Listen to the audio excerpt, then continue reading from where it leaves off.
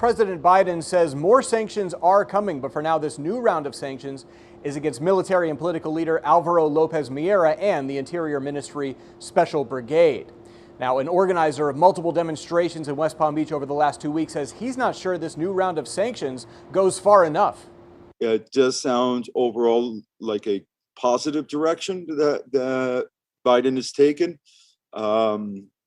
but it's still very unclear as to what the effect of that would be. We are trying to figure out what exactly is the impact of those sanctions and why they're focused on the military and not the president. Rolando Barrero, who organized the candlelight vigil for Cuban Americans in West Palm Beach over the weekend, says he will not be joining other South Floridians on boats to Cuba, but he's behind them 100%.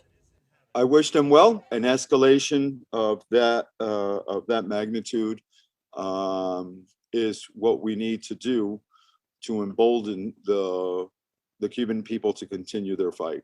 The Coast Guard says they've heard that the boaters headed for Cuba plan to fire off flares near the island as they try to send a message to the Cuban government. However, the Coast Guard urges people to only fire off flares during emergencies. Some of the Cuban Americans are expected to disembark from South Florida tomorrow. Today, President Biden said his administration is working to provide free internet access to people in Cuba, something Governor DeSantis called for last week.